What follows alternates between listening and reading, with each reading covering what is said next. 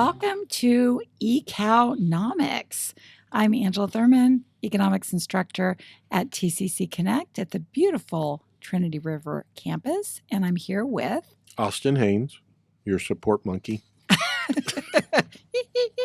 So today we're going to talk about a topic that is difficult only because it involves a lot of math.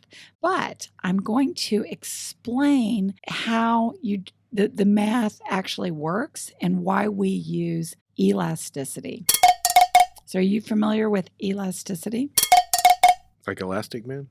Kind of, actually, yes. Think of a rubber band, right? And you know how those really, really thick rubber bands, like when you get a FedEx or a UPS, they're Yes. not as elastic, right? You try to pull them apart and they're not very elastic. But then if you have those little elastics, little rubber bands, then you can wrap something like 5 or 6 times, right? Yes. So that is varying degrees of elasticity. Okay, so when we talk about elasticity in economics, we are talking about the responsiveness of one variable to changes in another variable. So, for example, if we're talking about income elasticity, think about your own self. If your income changes, does that change your buying habits? Yes. Of course it does, right? So there are some things, like tell me something that you, no matter how low your income went, you would continue purchasing. Toothpaste. Okay, so the income elasticity for you for toothpaste is very low. It doesn't matter if your income changes, you're still going to buy that toothpaste, right? Exactly. But something that might be considered a luxury or a frivolous item, maybe like going out to lunch or something. Toilet paper. No, probably not that. Okay, that's probably not that. Horrific. Oh, no. Probably, yeah, going out to lunch would be cut. Going right out away, to lunch. Right away. So that would be very elastic, meaning that if your income changed a lot, that would probably be the first thing to go. So toilet paper is not elastic. No. But going out to lunch Toilet is paper, elastic. that is exactly right. And plus, if you try to stretch toilet paper, what happens? It tears. That's true. See, usually along the perforations. Yes. So not elastic at all. Not elastic at all. No. Okay.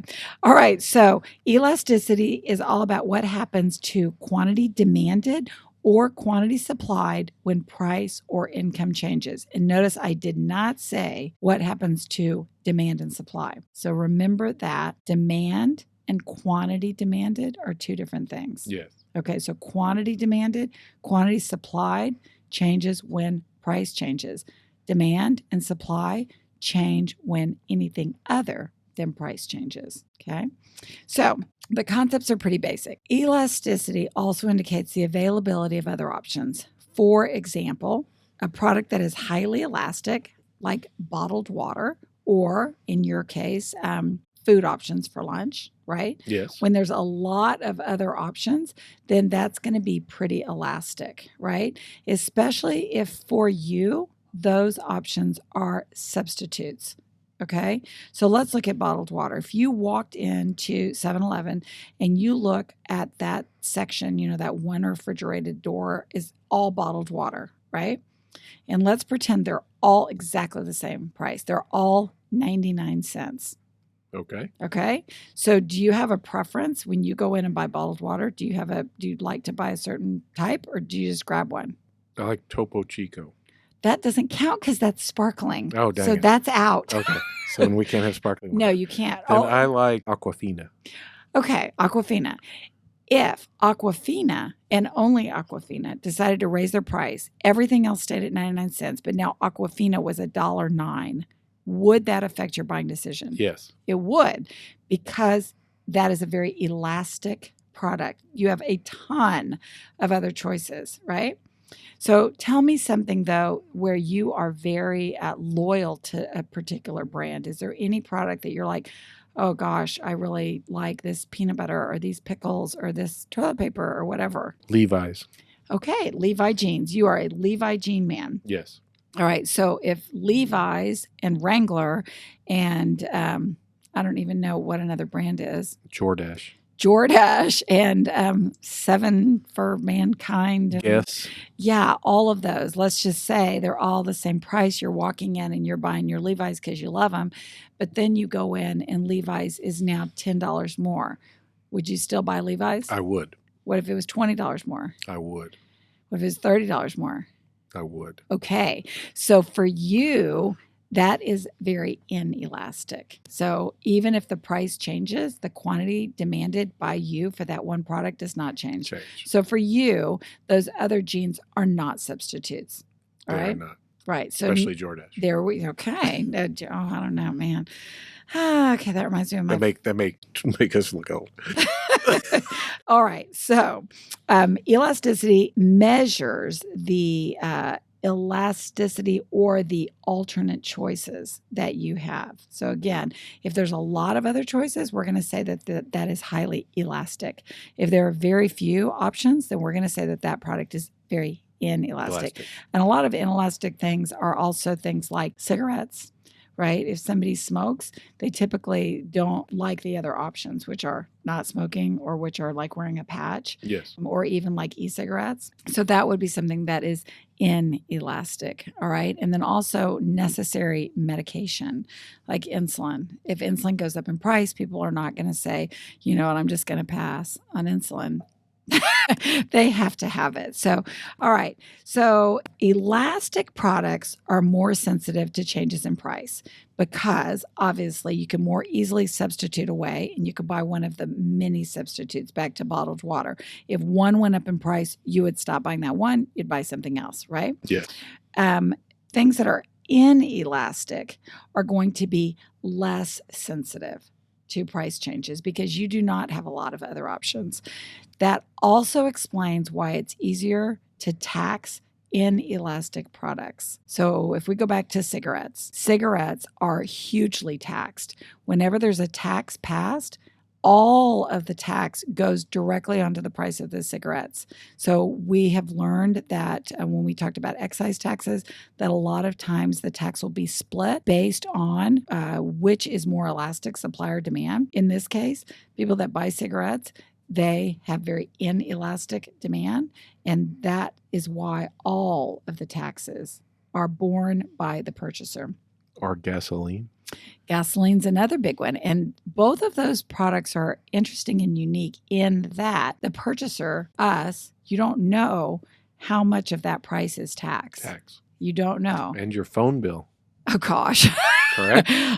Don't even go there. That makes my head spin looking at. That's what they want, though, right? Yeah, they do. They do. But I actually do look at my phone bill a lot, my darn kids. So what kinds of products are elastic? And we mentioned things like bottled water, also agricultural products like rice and corn, things that are bought and sold in bulk. Now, let me go back. When we were talking about water, and I said, what's your favorite kind of water? And you told me what? Aquafina. No, before that. Topo Chico. And I said, no, that you can't do that because it's sparkling water. So when we talk about products that are elastic, how can a seller, a supplier, differentiate their product? And your answer is one, you have to make it different. Unique. And so Topo Chico and LaCroix. Now everybody, LaCroix. I mean, we're sitting here. I'm drinking a Kirkland sparkling water and you're drinking a LaCroix. So this is a way. Perrier, right? So this is a way that the suppliers have said, we're going to make our product unique. And then you and I are actually both drinking grapefruit. You're drinking pamplemousse, which is just a fancy word for grapefruit. So that's another way to make the product even more unique. So first you differentiate water by making it sparkling. Then you differentiate your sparkling water by making it flavored. Okay.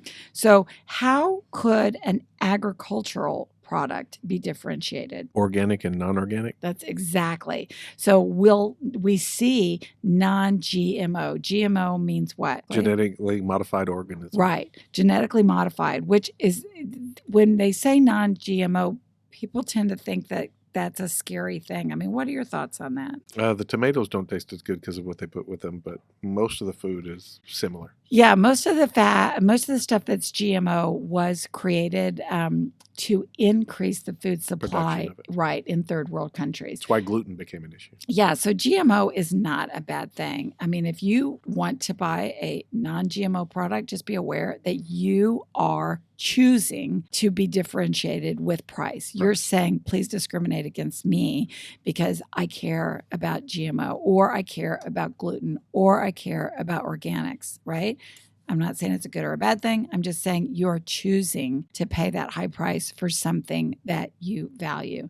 But you're exactly right. That's how agricultural products can be differentiated. And they can even do that with like milk, right? And cows and goats. Well, and okay, now here's another one. How many kinds of milk do you have now? Not just cow milk. Yes, and that's really affected the market. You have soy milk, you have almond milk, you have oat milk. Oat milk, cashew milk. All different kinds of milk, right? Yeah. So those are ways that suppliers have found to differentiate their products. And then if you start getting hooked on oat milk, which I actually like in my coffee, then that is now an inelastic product, right? Because what are the substitutes for oat milk? Well, not much. A different oat milk, right? Yeah. So that is a way that there's not much oat milk out there.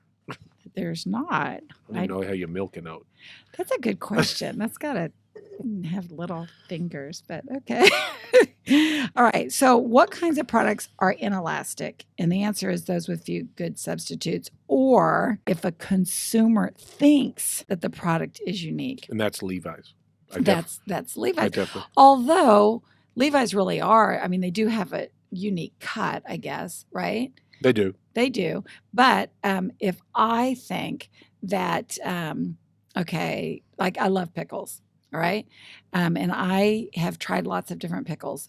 I personally am the first person to try generic anything, but I don't like generic pickles. They just aren't crisp. So in my mind, to your palate. Yeah, I think that buying these name brand pickles is worth it. Somebody else might not, right? What about Coke? Hot dogs, okay. Party Pups, if you've ever seen that. Is that like those they ones? Call it, there's a hot dog brand called Party Pups, and they're kind of pink. Ooh. Is what I'll say. Yeah. And I think they're like $1.19 for like a pack of 8. And then you look at something like Oscar Mayer hot dogs. And all they're beef. Like, $3.89 or something like that for the same size package. But Party Pups, when you look at them, you get a distinct, sense cheap vibe. sense of quality. And you were going to say Coke. Coke. And I couldn't agree with it more. Exactly. Yeah, yes. Yeah. I mean, you can even go to beer, right? And then there's different levels of beer. There's a sort of what is that? Natural Light, I think, is considered sort of. And then I would call craft beer. And yeah. And so if you're somebody that you think all beer tastes the same, then they're not going to get you. Yes. But and wine's the same thing. If you're like going to be a big wine snob, you are going to choose to be discriminated against. So that is elastic and inelastic as far as products. So elasticity is also related to time. So the longer the timeline, the less inelastic things get. So let's go back to gas. If the price of gas goes up in the short run, people don't have a lot of options. You just have to go to the tank and you have to fill it up and go, dang, I hate this. But if the price continues to be high, then people will change their behavior and they'll get more gas efficient cars, or they'll start driving a moped, or stop driving altogether. Yeah, or stop driving altogether and switch to a bike. Or stop driving what they would normally just drive for entertainment or pleasure and cut that completely out of there. True. They'll just go to the work and the grocery store. Yep. And back home. So that's how elasticity is related to time. Now, I've got many of my screencastifys on Blackboard. I've broken down elasticity into several different segments just so you don't get overwhelmed. But with elasticity on a graph, elastic is going to be flat, horizontal. So horizontal, if you have trouble remembering that, I think if you're looking at the horizon is flat. So a horizontal line is flat. If something is elastic and it can be either demand or supply, that line's going to be flat. If it's inelastic, it's going to be straight up and down. So it's going to be a vertical line. In addition, the top portion of the demand curve, so I mean the portion to the upper left is going to be elastic, and that's when price is high and the quantity demanded is low. So a change in even 1 unit is a big change percentage-wise, right? So the top of the demand curve is elastic. In the middle, we see what's called unit elasticity, where the percentage change in price is going to lead to an equal percentage change in quantity demanded. This is the sweet spot where revenue is maximized. Okay, so if we'll talk later about the total revenue test. It's going to show us that you want your price to be where elasticity is unit elastic. And then at the low end of the demand curve, it becomes more inelastic. There, the effect of the price change is going to have a greater effect. So to better understand all of the equations and the measures of elasticity, I'm going to refer you to the chapter notes and videos. But why do we study elasticity? Well, it can help us understand the market, and it can help us understand how price gets passed on to the consumer. Exactly. It also can help us understand taxes. Yes. So do you think most Americans understand taxes? No, Okay, I don't. good. I don't think that people do. And when I say taxes, what's the first thing you say? If I say, Austin, taxes are too high. Gas tax. Okay, the gas tax. But I could Because also... if people knew how much they were paying on Yeah, gas, they'd be horrified. They would. They would. be horrible. But there's also the income tax. Income tax is way too high. Sales tax. Payroll tax is way too high. Payroll tax. Way too high. So there's all these Property different taxes. tax. Property tax. So Way too high. County tax. Yeah. School board tax. School tax. If you wanted to look at something interesting, go online and Google, let me see, when do I start keeping all of my money?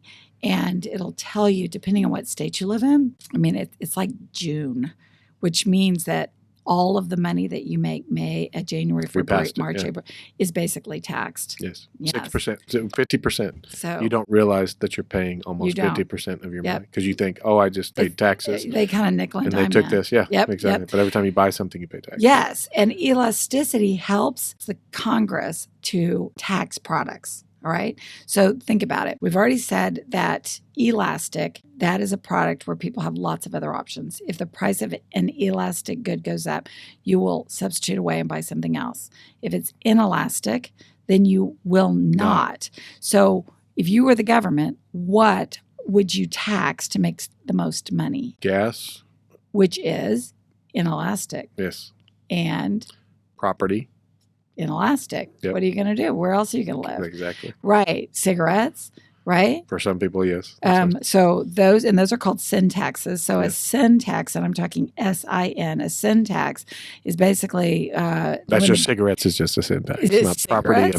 Cigarettes is a sin tax. Alcohol. Yes. Strip clubs. It's a sin tax. All of those are sin tax. And then most cities have a... tax on visitors, so they have a travel tax. Right, which it's a lot easier to explain away that you're taxing people that come and go than the people that live there all the time. So the tax incidence or the tax burden is going to go to the party with the greater inelasticity. If both demand and supply are equally elastic, then the burden will be shared. But if one party is more inelastic, then you can expect for the tax burden to be more heavily shouldered by that person. Okay, so be aware of that and try to be more flexible. Like you can wear DoorDash. You can. Okay, so there's multiple types of elasticity, and I explain them all in my video notes, and they all have equations that go with them. So if you have any questions on those, please email me. And what's that noise? I hear? What's that noise? I think it's time for the lightning round.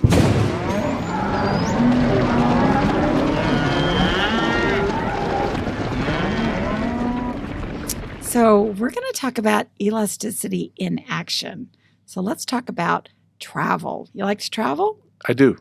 Do you tend to plan your vacations in advance, or are you a last-minute guy? I tend to plan in advance. All right. So because you tend to plan in advance, do you feel like you get a better deal? I think you can. Well, the airlines and the hotels, they reward you for planning well in advance. So that is an example. You have time, the greater timeline for you that is elastic, okay? But for a business traveler, that all of a sudden goes, oh, shoot, I've got to go to St. Louis tomorrow. What kind of price am I going to pay? Maximus, because I do not have elasticity. I can't. Okay, my options would be from Fort Worth, Dallas. I could take the train. That would probably take me like 3 days. I guess I could take the bus. That would probably also take me 3 days. Or I could fly. So my choices are pretty limited because I can't very well call my customer and go, hey, it's really expensive. Could we delay that meeting for 4 days until Greyhound gets there? Exactly. Right? Exactly. So I am very inelastic in my demand. So business travel is more inelastic than leisure travel, right? So how does this knowledge help you? Plan ahead. Plan ahead, and that you choose what's a necessity, right? No one's making that choice for you. You are choosing that. So some ways that you can save money, and some of you guys may go, wow, these are great ideas, and other people may just like roll their eyes. But for example, if you're going to go out to dinner, maybe have your cocktail at home, right? It's a lot cheaper to have it at home. By more than 50%, I would think. Yeah, exactly. So think about what is a necessity and what is a luxury. And if you want to save money, and who doesn't, then you need to be more flexible. You need to be less choosy, and you need to do your homework. So, I mean, for example, things like haircuts. I mean, and this is maybe more for women than men. I mean, I don't know. How much do you pay for a haircut? Like $18 usually. Okay, so I could easily go in if I'm going to get my hair cut and $100? highlighted. $100. Yeah, Is it exactly. 100? Just 100? If I'm going to do the whole deal, it's probably like 120. And then do you tip? Is that include tip? No, it doesn't. And that's a total other thing. I don't even want to go there. But so what I've done, and again, I can feel people maybe rolling their eyes, is I go in to get my hair colored, but I get my hair cut at Great Clips for $10. So boom, right there. I mean, those people know how they all went to probably the same beauty school. So those are just some ways that you can save money. So talking about time again. So maybe a non-elastic time is you wake up at 2:00 in the morning to sound of water spraying all over your bathroom. That's a non-elastic time to make a purchase. You're very inelastic there. You have to have the plumber come in, and then if he's coming in at 2 a.m, is he going to charge you the same if he came at 10 the next morning? No. You're going to be paying that 24-hour emergency charge. So that's a non-elastic. That is non-elastic. So, but by being aware of elasticity, you can make better choices, and that is what we're all about here. So, this is Angela Thurman. And this is Austin Haynes. And we're signing off until next time. Toodaloo.